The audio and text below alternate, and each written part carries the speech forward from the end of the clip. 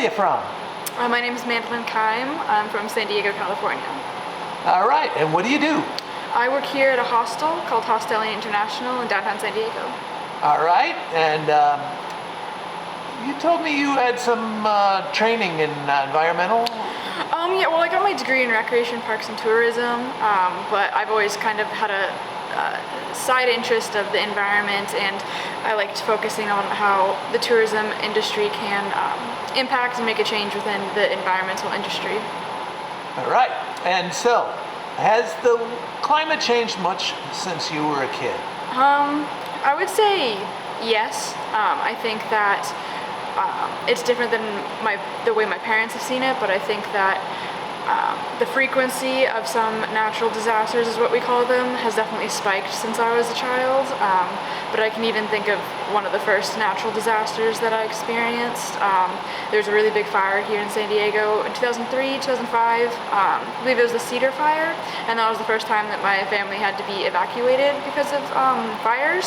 And ever since then, the frequency of fires has continued to grow, and they've just gotten worse and worse. And so for me, every time fires happen, there's like the intrinsic feeling of panic that kind of brings me back to that first time of being evacuated, and seeing that continuously get worse and worse just on one aspect of environmental issues is very present for me now since then. And what happened during that time period? Did you have to go to a shelter, or did you go to relatives? My family enjoys camping, so we actually had a trailer. Me, my dad, and my two siblings were all at the house, and my mom was at work. And my mom, the sky started to change color, and it was the typical orange sky, ash falling from the sky as if it was rain or snow. And my parents were communicating to where my mom was racing home, and my dad packed us all in the car so we could go get our trailer.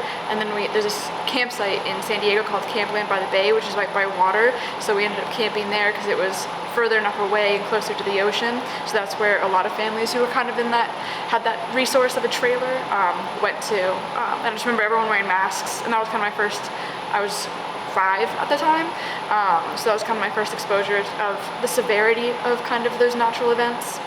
And it didn't burn your home, did it? It didn't burn my home, but it burned all the way into the backyard of some of my peers' houses, to where if you were to look at their backyard, it was like the canyon right behind their house. And then a few years later, when another fire happened in San Diego, one of my classmates' family's home burned down. And I just remember as a community of 3rd graders in our school kind of rallying for them in support, and parents went out to kind of go through the rubble of their house and everything. And that was a really big while it wasn't happening to every single one of us, it was a big moment for all of us, just seeing the devastation that fires, as an example, can have. Wow. So, on an everyday basis, do you think about climate? And if you do, where would you put yourself on a scale of 1 to 10? 10 being the most concerned. I would say, I think in random moments throughout the day, it pops up, kind of like. I don't really know how to describe it in this sense, but if you've ever had someone pass away in your life that was very important, you kind of always think about them every single day, whether it be small or large, every single moment, or just snapshots throughout the day. I would say that's kind of how I relate to thinking about climate change every day, is that whether it's seeing pieces of trash on the ground as one example, or hearing things on the news, all the way kind of on that two sides of the spectrum, it pops up, or it's how is this, what I'm doing, is it hurting the environment, affecting it in what type of way? So I really do think about it almost every single day in some type of aspect, grabbing a straw or something like that. And then the 1 to 10, what was the question again? Where would you put yourself on that scale, 10 being the most concerned? I would say honestly at an 8, because I don't feel like I have a constant anxiety every day of kind of what climate change and what's going on with the environment, but I do think that the optimism I do have kind of buffers those last 2 points, but it is definitely a very present thing every day that's being thought about. And finally, what about the future of climate? Are you an optimist or a pessimist? And what can we do about it? I would say I mean, of course, I want to lean towards optimism, but I do think there's a realistic aspect to it, especially if you're constantly talking to people who maybe disagree or don't agree with what's happening in the world. Moments like that, if you surround yourself with people with that mindset, there is a little bit of a dull aspect to it, but when you look on the broader sense and are seeing companies or organizations attempt to make a change, that is boosting and motivating to see. When it comes to the future and what's to happen, I think that even for myself, where my knowledge isn't extreme, I do think that there's certain things that will happen that I don't think anyone's truly prepared to meet when it comes to what could happen with the environment, how it's going to affect everyone on a tangible level. Because I think one of the saddest parts about climate change is that the people who are impacting the environment the least are being affected the most. And I think that we're going to just continue to see that, and that's going to cause some really, really true harm as I grow up and further down the line.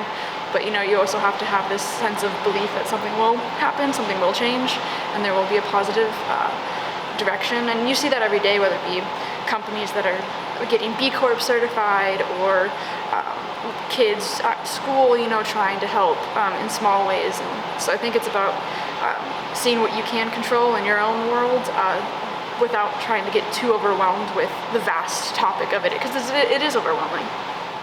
And so you're overall a pessimist? I would prefer to say overall an optimist, but I would say 60-40.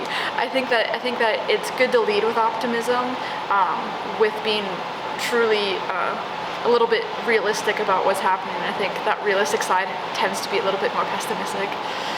And what about the next generation and the next generation?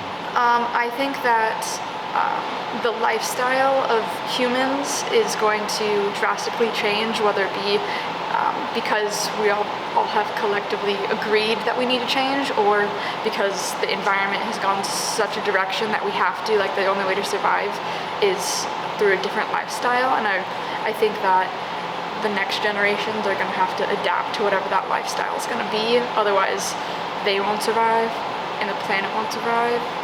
So we'll see what happens. All right. Hey, thank you very much. On this May 10th, 2023. Yes, I'm 24. and in San Diego, California. Yes. Thank you. Thank you.